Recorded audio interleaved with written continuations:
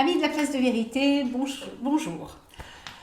Nous allons vous proposer aujourd'hui un sujet un peu particulier, Tintin ésotérique. C'est un peu léger, mais souvent sous la légèreté se cachent des choses beaucoup plus profondes. D'ailleurs, quel meilleur endroit pour cacher des symboles, des messages que de les glisser pour des lecteurs de 7 à 77 ans. Ces albums ont la même force, la même profondeur que les mythes, les légendes, les contes. Et ce sont des archétypes, des symboles qui font mouche. Hergé a écrit en tout 24 albums, mais seuls 22 figurent au dos, sur la quatrième de couverture, comme les 22 arcanes du tarot, comme les 22 lettres hébraïques et comme les 22 sentiers de l'arbre séphirotique. Nous allons faire 4 chapitres. D'abord, Hergé, qui est-il? Les personnages. Ensuite, Tintin, était-il un initié? Et puis, on finira par quelques exemples.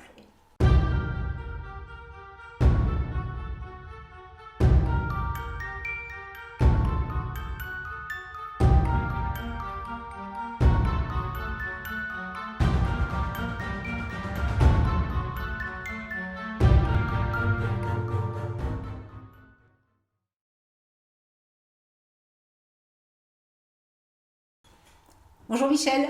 Bonjour Sandrine. Eh bien, nous allons commencer tout de suite par Hergé. Qui est-il? Qui est-il, ce fameux Hergé?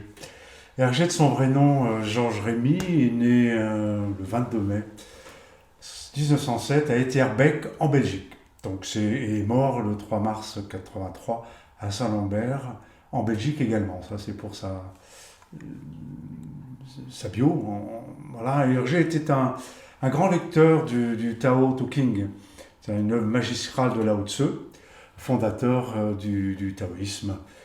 Donc une de ses phrases préférées à Hergé, dans ce véritable livre de chevet qu'il était pour lui, ceux qui parlent ne savent pas, et ceux qui savent ne parlent pas. Bon, très évocateur, s'il en est, des choses cachées, rappelant le fameux « l'essentiel est invisible pour les yeux » d'Antoine Saint-Exupéry dans Le Petit Prince. Donc c'est une des sentences, et puis également une des sentences de Léonard de Vinci. Regarde la lumière, ferme l'œil et observe. Et ce que tu as vu avant n'est plus, et ce que tu verras après n'est pas encore.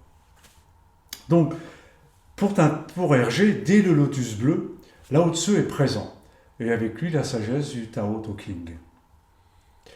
En 1972, il dira à Thierry Smolderen, qui est un de ses biographes, dans le Tao, l'homme est une petite chose de rien du tout, perdue et insérée dans l'univers, jamais au centre de la représentation, comme il est de tradition chez nous. Le jeudi d'Hergé sera d'illustrer la tradition ésotérique occidentale et d'accepter l'autre, donc la tradition l'orientale, cette tradition plus in, si on peut dire ça comme ça. Cette dernière qui vise à l'état justement de béatitude intérieure, et la première de tradition grecque, égyptienne, médiévale, qui elle prétend que cette harmonie de l'homme avec lui-même n'est grande que si elle se transforme au service de l'autre. Ces deux biographes principaux, Pierre Stecht et Thierry Smolderen, confirment dans leur ouvrage donc l'intérêt d'Hergé pour le paranormal, pour l'ésotérisme. Déjà jeune scout, écrivent-ils, il donne à ses amis, ses camarades de classe, un morceau de corde de pendu qu'il aurait lui-même décroché. Donc c'est un porte-bonheur de première catégorie, raconte-t-il, qui lui sert d'argument de vente, je pense qu'il ne devait peut-être pas le donner.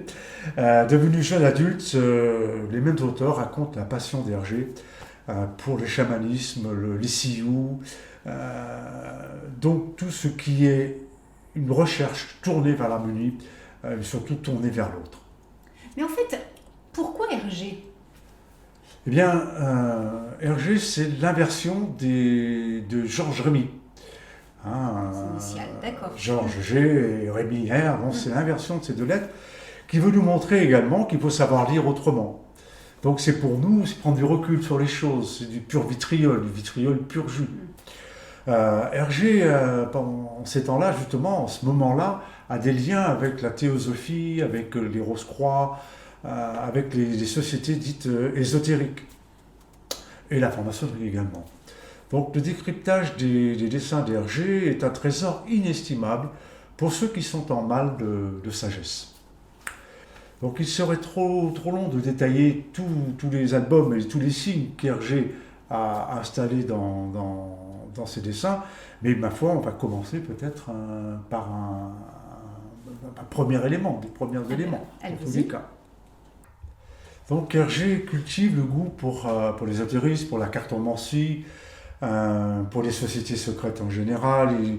Et d'ailleurs, dans son album Initié, le vol 714 pour Sydney, cet initié donc est Elzadinov, qui est reconnu par les spécialistes comme étant Jacques Bergier, auteur du Matin des magiciens, avec lui Powell, lui-même auteur d'un ouvrage sur la franc-maçonnerie et le compagnonnage.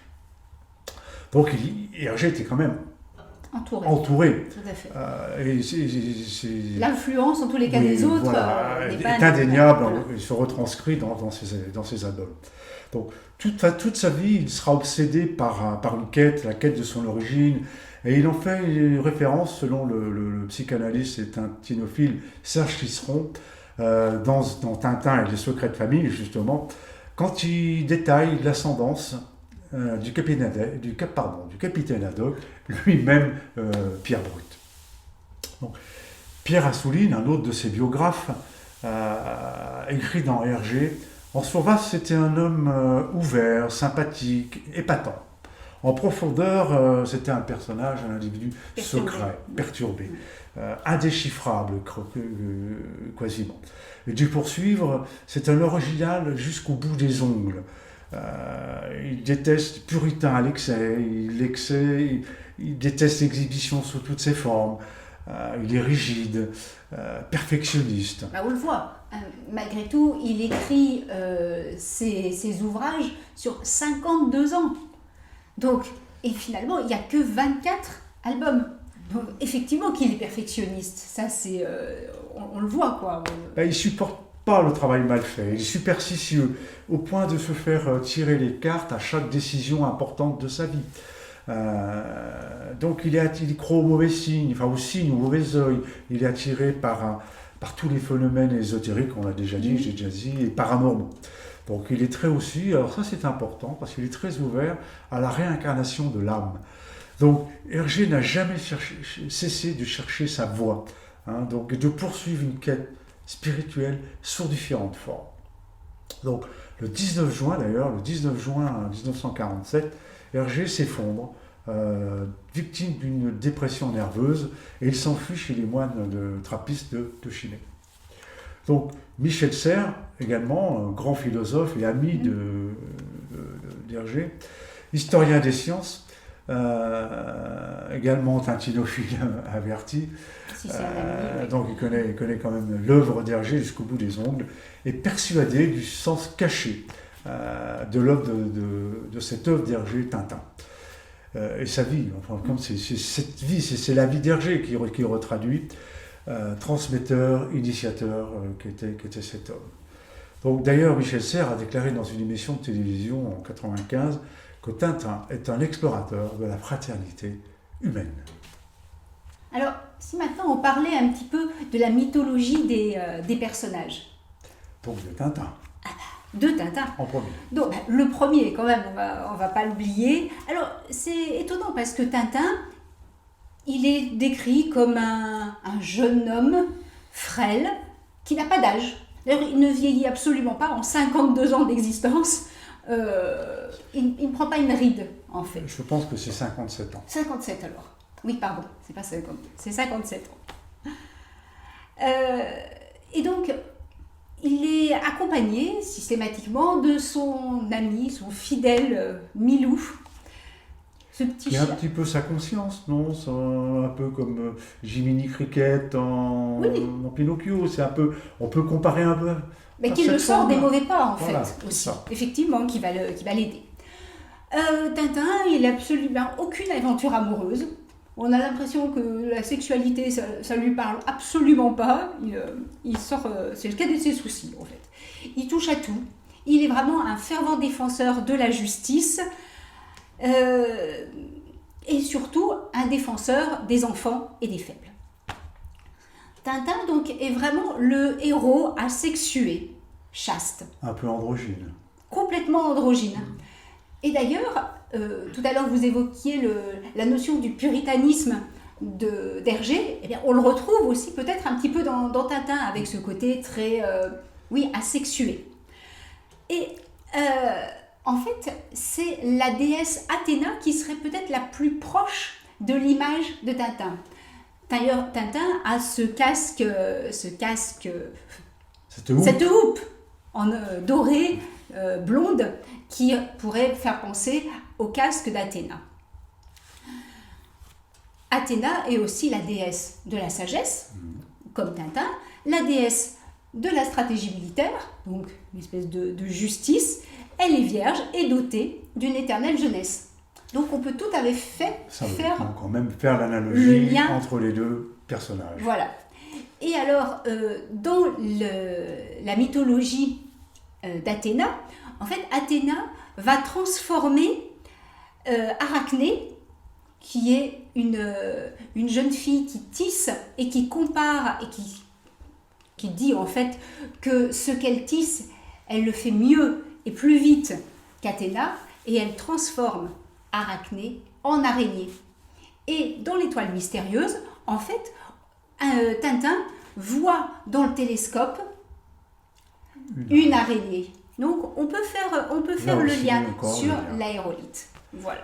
Et second personnage important de la noble de Tintin, qui est le capitaine Haddock, donc Eh bien oui. mythologiquement. Alors, le capitaine Haddock, c'est le strict opposé de Tintin. Donc, autant Tintin est sage, posé, autant le capitaine Haddock, il s'exprime dans les affres de la colère, des travers, de la faiblesse, ses interrogations, son alcoolisme. Avec des mots abracadantesques, c'est ça. Vous auriez dû le prêter à Hergé, ce terme-là.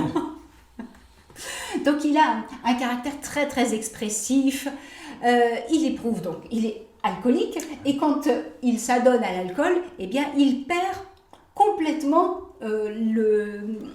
la maîtrise de ses actes.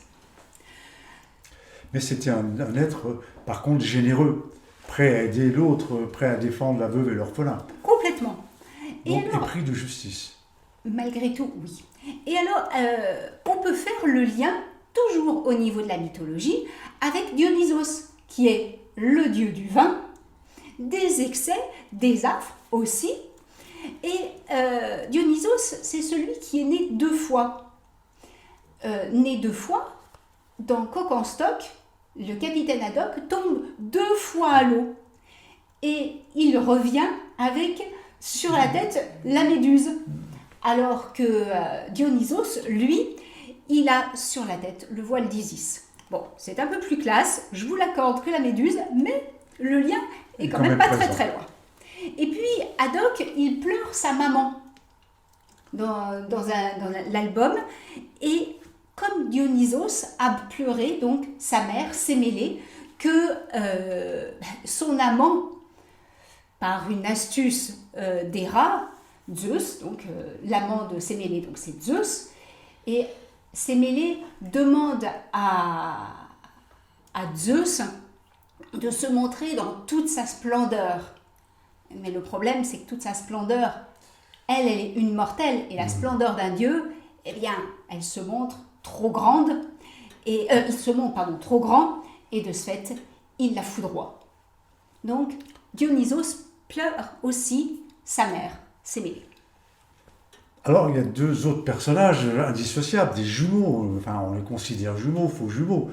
les fameux Dupont et Dupont. Ah, Dupont avec un T, Dupont Ah, avec un D. Eh oui, ils Alors, sont des vrais jumeaux. ou des faux jumeaux? Ah, ben ça, vous jugerez peut-être comme Castor et Pollux.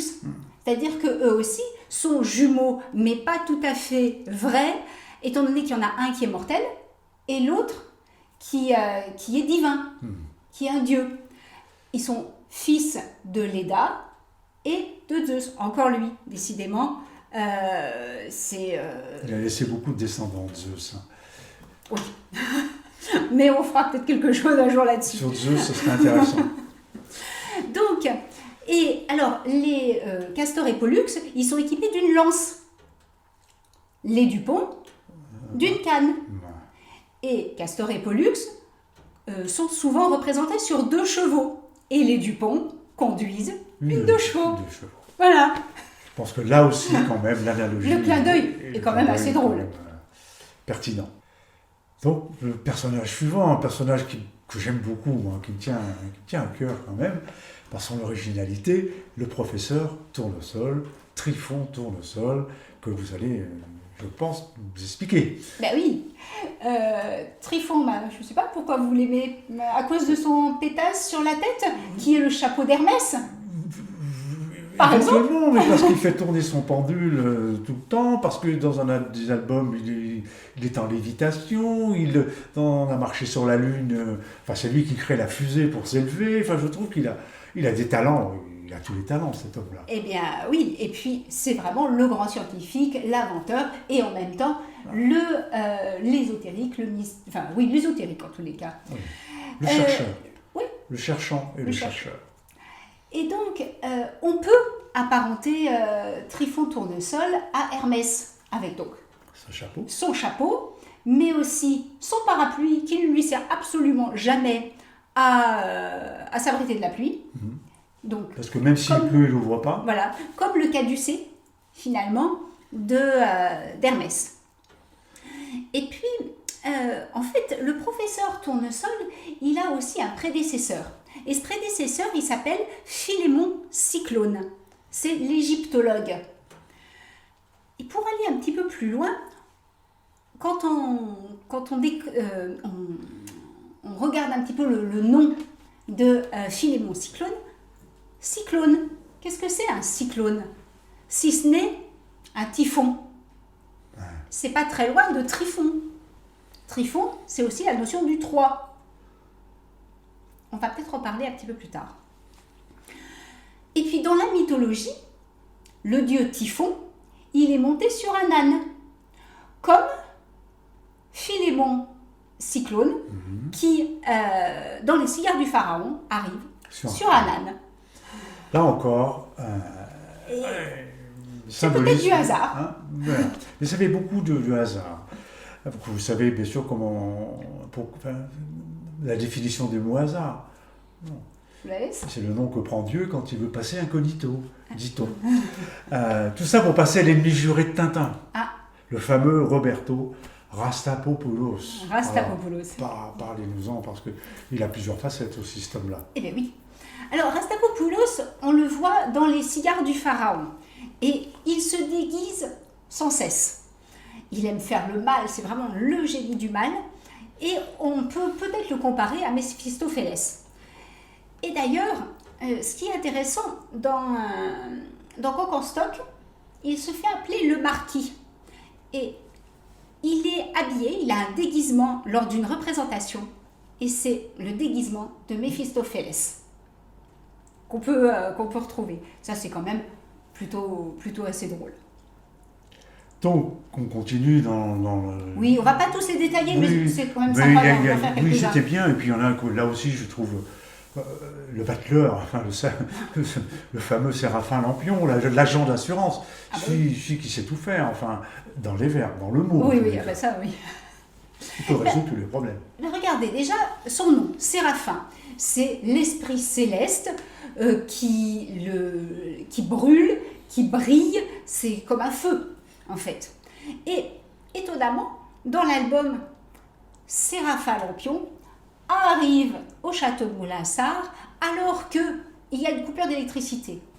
Et dès qu'il arrive, la lumière réapparaît. oui, c'est Pas normal. C'est Séraphin. C'est Lampion. Séraphin. Et non content en fait de s'arrêter sur Séraphin, pardon, eh bien, Hergé lui a donné le nom de Lampion. Donc malgré tout, on a 2 fois la notion de lumière. Mais alors, avec tout ça, est-ce que l'on peut dire que Tintin est un initié? Alors, même si on ne peut pas dire que Tintin est un initié, je pense qu'on peut dire que Hergé, en tous les cas, était un initié, ou a tutoyé beaucoup d'initiés, qui l'ont imprégné tout au long de ses albums, au fil de ses 24 albums, parce qu'on peut retrouver justement dans ces albums des codes, une symbolique, un discours hermétique. On retrouve dans tous les albums Tintin, jeune reporter, dans l'action, respectant les lois, l'ordre, mais sachant aussi se rebeller en tous les cas pour faire justice, pour rendre la justice, contre l'injustice. Et c'est pour ça que Athéna est bien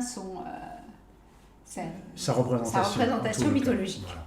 Donc, à partir de 1938, si je me rappelle bien, les albums comme L'île Noire, donc Le Sceptre d'Ottokar, Le Crabe aux pinces d'or, L'Étoile mystérieuse, marquent les prémices d'une réflexion qu'on peut appréhender de manière symbolique en lisant ces albums.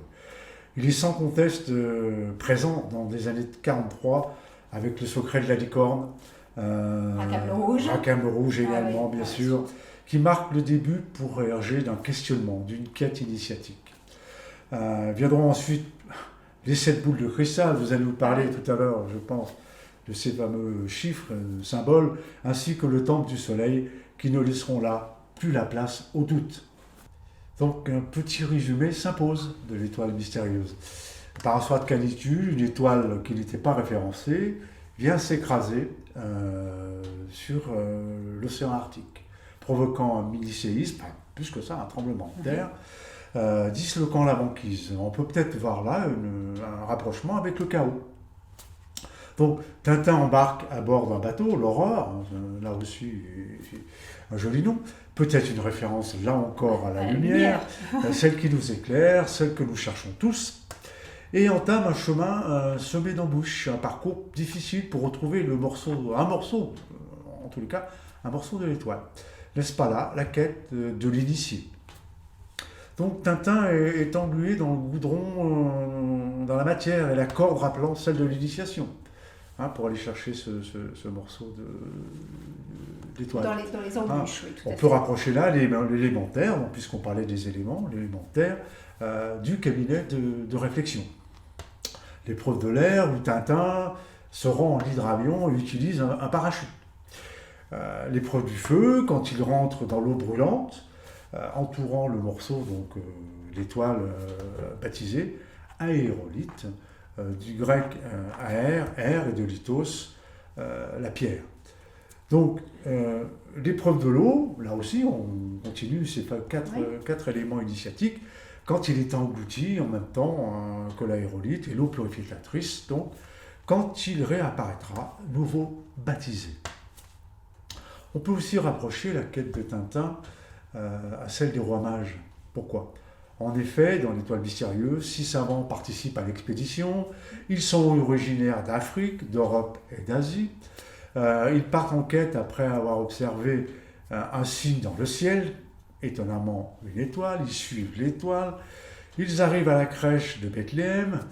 Tintin, après avoir été englouti par les eaux, rapportera non pas un bébé emmailloté, mais une pierre d'origine céleste. Alors, est-ce qu'on retrouve ces éléments dans d'autres albums? Oui, en grande partie, dans l'île Noire, par exemple, ou les périples de Tintin, là où il est chahuté par les 4 éléments, sans parler du temple du soleil, où l'instant de purification par l'air, l'eau et le feu sont clairement décrits par Hergé. Donc le doute n'est pas permis. Cet album confirme ce que nous avions pressenti dans les précédents, c'est-à-dire une lecture approfondie, crescendo, ésotérique même, j'oserais dire, donc, qui correspond, je pense, à ce que Hergé, dans la vie, la progression initiatique de la vie d'Hergé. Que retrouve-t-on dans les autres albums? Mais écoutez, le secret de la licorne Oui. et le trésor d'un câble rouge, en tous les cas, sont sans équivoque. Nous sommes bien en présence d'un initié. Car au-delà de nous divertir, l'auteur s'est employé à nous faire passer des messages, à nous les voir, à essayer de les interpréter, bien sûr. Hein. Nous, dans notre travail de recherche, on a compris au fur et à mesure de la symbolique que Hergé voulait nous faire passer. Parce que ces différents symboles sont disséminés aussi dans nos différentes loges. Donc, cherchant la pierre cachée, le trésor, celui de la câble rouge ou la pierre philosophale, en passant par l'œuvre alchimiste, vitriol. Pourquoi pas le vitriol, effectivement. Pourquoi pas vitriol, oui, en tous les cas. Donc, alors, ce qui est intéressant, dans le secret de la licorne, Hergé, Tintin en tous les cas, pénètre dans le monde des frères Loiseau, des 3 frères Loiseau, et leur propriété de Moulinsart. Alors là, dans cette histoire, ils sont les méchants, les 3 frères Loiseau. Commence-t-on pas déjà, dans un langage kabbalistique, le langage des oiseaux? Donc, il y a toujours des allusions, en tous les cas, à l'ésotérisme, à la Kabbale, à l'astrologie, les étoiles, l'alchimie en tous les cas. On va le voir après, vous allez nous rappeler sur le vol 714, la géométrie des nombres, l'alchimie des nombres. Donc, après avoir pénétré dans la crypte, poursuivi par les frères Loiseau, hein, il faut vous rappeler un petit peu l'histoire, et il les met, hors d'état de nuire, les frères Loiseau, en cassant un boulier, hein, si on se rappelle bien l'image. Donc les 2 frères ne pouvant pas se tenir debout, puisqu'il y a le boulier, il y a des boules, hein, c'est ça. Nous pouvons peut-être là, sans crainte de nous tromper, de faire une référence en disant ils sont blackboulés. Donc on voit, comme nous, lors d'un vote en loge, pour choisir ou exclure quelqu'un qui représente les caractéristiques requises, à savoir une probité sans faille. Donc Tintin cherche là aussi la teinturerie où Aristide Philocèle a fait laver sa redingote, puisque toujours symbolique. Il marche dans la rue sous l'enseigne l'Acacia, l'élément maçonnique quand même par excellence. Et alors, est-ce qu'on peut voir quelque chose d'ésotérique dans le vaisseau La Licorne? Oui, bien sûr, parce que le vaisseau de l'aïeul du capitaine Haddock, la licorne, c'est un 3-mâts. Là, on retrouve encore le chiffre, le nombre 3. Sous le signe du roi Soleil, pourquoi ce nom, la licorne, et non Colbert, Louis XIV, on aurait pu trouver des noms des grands pontes de l'époque. Non. La licorne n'est pas neutre, elle représente symboliquement, là encore, l'amour et la pureté. Donc, ça nous ramène à nos fondamentaux, le tablier et les gants blancs. Donc, je vous parlais des gants blancs, mais quant à sa conception de ce bateau, pourquoi un 3-mâts? Un 3-mâts, là où il aurait suffi d'un 2-mâts, un mât, ou tout autre objet qui aurait pu faire l'affaire. Je crois que c'est pour nous rappeler le chiffre 3, qui est important symboliquement voilà. En tout cas en maçonnerie. En maçonnerie et ailleurs. Bien sûr. Voilà. Donc, le message codé trouvé, là aussi, dans le mât du bateau, est mystérieux, mais tellement parlant pour celui qui sait lire et comprendre les symboles.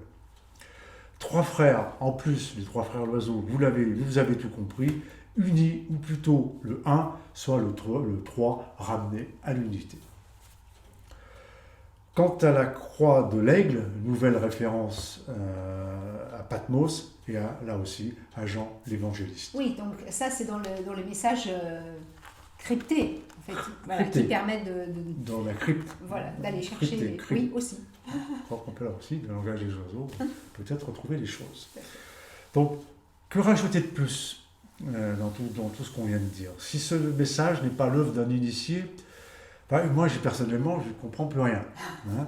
J'étais très sceptique au départ quand on a travaillé sur la symbolique, sur Tintin, sur Hergé, un initié, et puis plus on a travaillé, plus on a fait des recherches, et plus des évidences, on rassemblait les éléments du puzzle, et l'évidence nous est apparue aux uns et aux autres. Donc, hormis une orthographe différente, donc à travers les albums, nous sommes bien au bon endroit. Donc, suivons un petit peu le périple de notre jeune reporter. Là, il est à la recherche du trésor, il pénètre cette fois avec le capitaine Haddock dans la crypte du château. C'est la deuxième fois. La précédente, il était dans l'obscurité, ne savait pas ce qu'il venait chercher, et se courbait pour rentrer dans un lieu inconnu. Ça ne nous rappelle pas la notion de porte-basse, en fait. La notion de porte-basse, bien sûr. Et là, il reconnaît Jean l'Évangéliste, celui dont on dit qu'il a écrit l'Apocalypse, et sur lequel nombre de loges ouvrent leurs travaux. Donc, on aperçoit l'aigle, celui de Patmos. Tout à fait. Et alors, le trésor qu'il cherche. Le trésor, c'est la pierre cachée, celle des alchimistes, qui se transforme en or, comme nous l'avons dit, occultum lapidem. Je cite, pas pour en terminer, mais je cite, et dire que nous sommes allés chercher là-bas ce que nous avions devant nous. Nous sommes allés au bout du monde, alors qu'il se trouvait ici, là, à portée de notre main. Tout est dit, tout est résumé, bien sûr. Et oui, on est dans les sagesses classiques, c'est-à-dire qu'on va toujours chercher loin, alors que c'est en nous, tout est en nous. Tout le travail personnel, tout ce travail sur notre monde intérieur, sur notre pierre brute. Donc, quelques exemples d'Hergé, je crois que c'est à vous, là. Voilà, on va essayer de voir un petit peu, parce que, donc, Hergé, par rapport à ce que vous disiez, a baigné dans le côté religieux, dans la religion. Mais il s'est aussi intéressé à l'Égypte, et en l'occurrence au dieu Amon-Ra. Et d'ailleurs, Amon, c'est le cachet. Finalement, c'est quand même ce qu'il fait régulièrement. Il nous cache les choses ou il nous les dissimule pour aller un petit peu plus loin. Et d'ailleurs, dans ses ouvrages, il va mettre régulièrent cette allusion à Amon. En l'occurrence, le général Alcazar. Voilà, qui, quand il est dans le cabaret en train de lancer des couteaux, il s'appelle Ramon Sarat. On peut l'appeler Ramon Sarat, du verbe rater. Hein, voilà. On trouve aussi le sculpteur dans Tintin et l'Alphard, qui s'appelle Ramon H. Donc Ramon H. C'est un sculpteur génial. C'est un sculpteur génial d'art contemporain, d'art moderne. Et puis, dans Coq en stock, lors du pèlerinage à la Mecque, le bateau s'appelle le Ramona. Et donc, ce qui veut dire la barque d'Amon-Ra. Et c'est très étonnant. Des allusions. Ah mais complètement. Et ce qui est très étonnant, c'est qu'en fait, ce qui va sauver Tintin, ce sont les poissons volants qui vont accompagner le Ramona. Et dans les récits, il y a des poissons qui accompagnent les prêtres d'Amon-Ra. Là, je trouve même que là, les allusions sont même plus cachées, là. Ramon, dans les noms, dans la barque. Enfin, oui, c'est assez visible quand même. C'est visible, oui, c'est plus visible que dans d'autres albums. Et alors, vous avez parlé tout à l'heure du 3, je pense qu'on peut aller voir aussi dans le 7. Le 7, c'est quand même aussi le chiffre des initiés. Et on le retrouve très, très régulièrement. Déjà, je vous l'ai dit au début, de 7 à 77 ans. On ne peut pas faire mieux. On ne peut pas faire mieux, hein. Ça fait 3 fois 7. Comme ça. Ensuite, dans l'album... 3 fois 7. 3 fois 7. Oui. 7 à 77 ans, ça fait 3 fois 7. Exact, ça fait 3 7. Oui, c'est ça. Dans l'album, les 7 boules de cristal, Tintin embarquera sur la Lune à 21. 3 fois 7, pour le coup. Capitaine Haddock, le numéro de téléphone qu'il a à Moulinsart, c'est 421. 4 plus 1 plus 2, ça fait 7. Et le Wagner, le maestro le mettre dans les bijoux de la Castafiore, il va franchir l'échelle à 7 barreaux.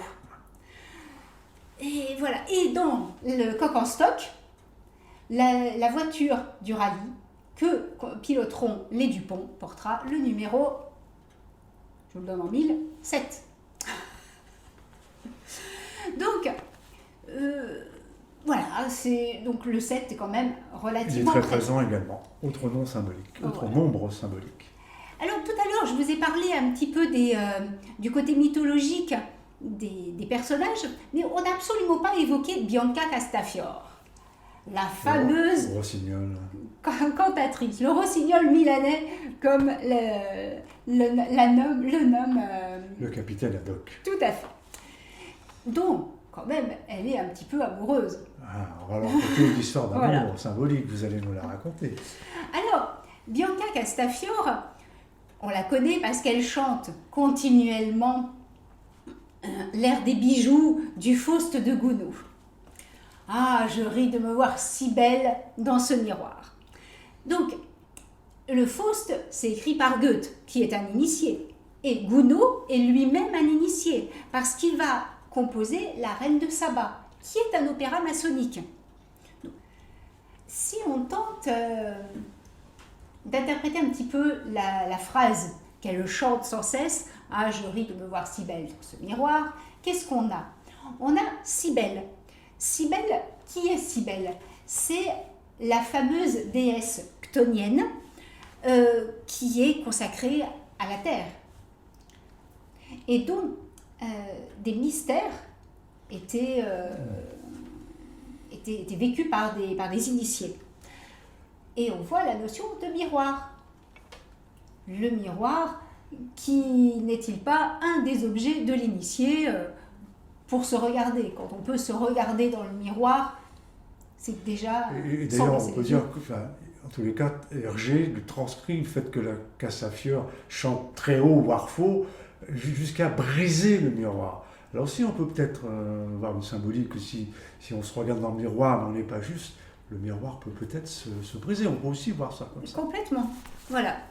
Et alors, Cybèle, vous voulez voir pourquoi je parle de Cybèle. Cybèle initie Dionysos. Je vous en ai parlé déjà tout à l'heure de Dionysos, le fameux capitaine Haddock. Et même, on dit que Cybèle est l'amante de Dionysos. Et que se passe-t-il dans les bijoux de la Castafiore?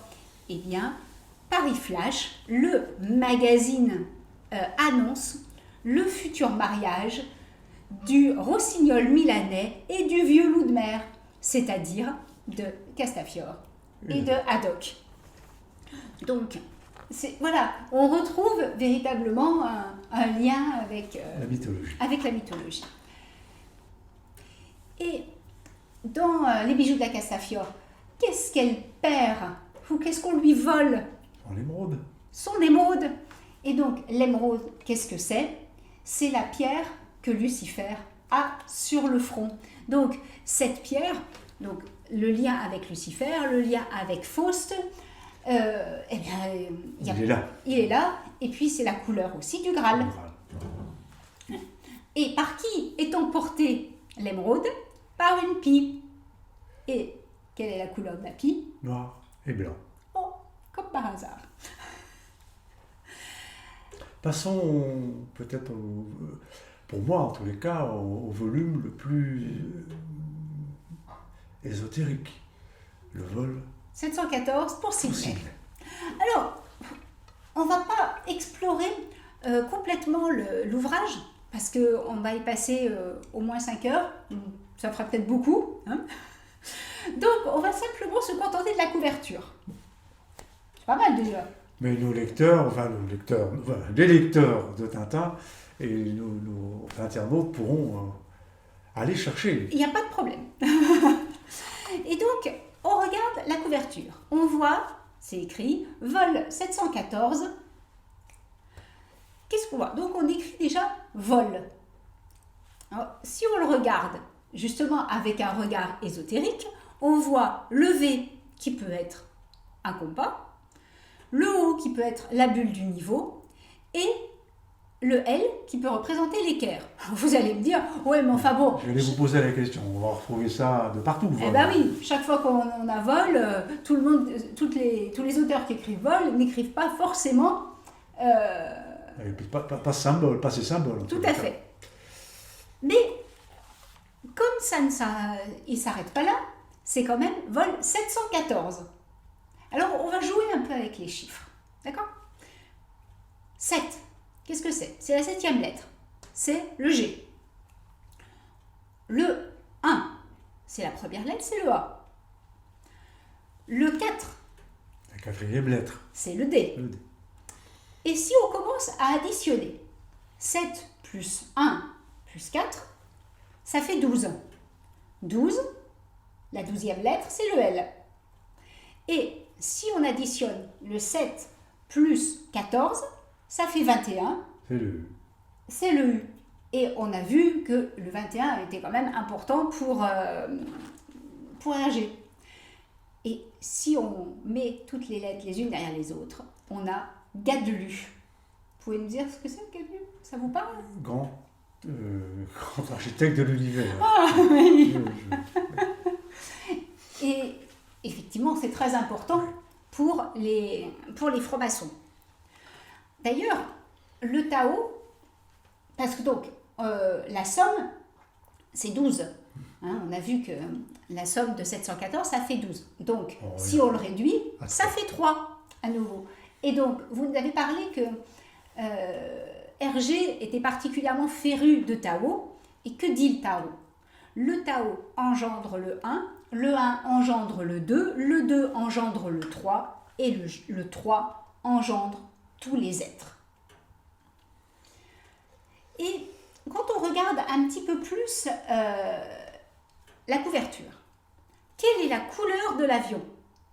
Il est noir, blanc et rouge. Ce sont les couleurs de l'alchimie. Et d'ailleurs, il y a le sillage de l'avion qui passe sur vol. Qui survole. Donc, ce qui barre, en quelque part, le V, le O et le L. Et si on cherche un petit peu, le V barré, comme ça, c'est un symbole, un ancien symbole du mercure. Le O barré, ça représente le sel. Et le L, si on fait faire une rotation, c'est un ancien symbole du soufre. Voilà. Donc, là encore, on a les éléments du grand œuvre. Et enfin, je vous parlais que Tintin était Athéna. Et bien, si on cherche un petit peu, les graphies sont assez proches de l'écriture Athéna. Au lieu d'avoir le V barré dans ce sens, on le retourne, ça fait un A, le θ et donc le E, c'est l'écriture d'Athéna. Et puis en dessous, on continue l'explication pour Sidney. Oui, parce que ça a là aussi un sens très fort. Alors, est-ce que c'est pour Sidney ou alors c'est pour Sandy ? Jean Sandy. Ça s'écrit S-E-N-D-Y. Voilà. Sidney, Oui, on n'est pas très très loin. Parce que Jean Sandy est un auteur ésotérique qui a beaucoup impressionné Hergé. Et d'ailleurs, Jean Sandy a écrit sur la théorie des extraterrestres dans l'influence de la Bible. Et que se passe-t-il dans Vol 714 pour Sidney ? Eh bien, c'est l'influence des extraterrestres. Donc, peut-être, on pourrait peut-être imaginer à une dédicace finalement. C'est pas pour Sidney, mais c'est pour Sandy. Donc, l'album, on va en déduire ça, l'album nous parle d'alchimie et il est dédié à Jean Sandy. Quand on regarde le dessin, on voit une chapelle, comme une chapelle funéraire d'une tombe égyptienne. Avec une porte symbolique. Avec une fausse porte. Une porte aveugle, au fond. Et donc, c'est cette porte aveugle qui reliait le monde des vivants et des morts. Là, par où le K pouvait passer librement. le cas de l'énergie vitale. Ouais. Hein. Écoutez, je crois qu'on arrive au terme un petit peu de cette vidéo, parce qu'on pourrait en dire énormément. On a fait qu'effleurer en fait, le monde ésotérique de Tintin. Et on a parlé donc de 714, la somme était 12. Si on va un petit peu plus loin quand même, 12 en tarot, on a vu qu'il aimait le tarot Hergé, c'est le pendu. Le pendu, il est à l'envers. Et le pendu nous demande de voir les choses autrement, avec un autre regard. Déjà, vous l'avez évoqué, avec son inversion des initiales RG au lieu de GR. Et puis de ce morceau de corde de pendu qui remettait à ses compagnons. Hein. Par exemple. Symbolique. Voilà. Donc voilà. Alors, je voulais quand même préciser que toutes ces recherches ont été faites avec d'autres personnes. Oui. Donc, on peut remercier quand même Patrick, Katia, Jean-Pierre et Cécile. Voilà, en même temps. J'espère qu'on aura, merci, j'espère qu'on aura donné envie à nos spectateurs, non, téléspectateurs, youtubeurs, de creuser les albums, de les regarder, de les relire, probablement, tout le monde forcément les a lus, au moins dans sa vie, et de les relire avec le regard, ce regard nouveau, ce regard symbolique. Et puis n'oubliez pas, si vous avez aimé la vidéo, de likez, partagez, abonnez-vous, parlez-en autour de vous. Et la petite cloche aussi. Et la petite cloche pour s'abonner, c'est ça, c'est la meilleure des choses. Voilà, merci Sandrine. Merci. Nous vous disons à bientôt pour de nouvelles aventures de Tintin, mais d'autres aventures sur la chaîne La Place de Vérité. Bonne fin de journée, à bientôt. À bientôt.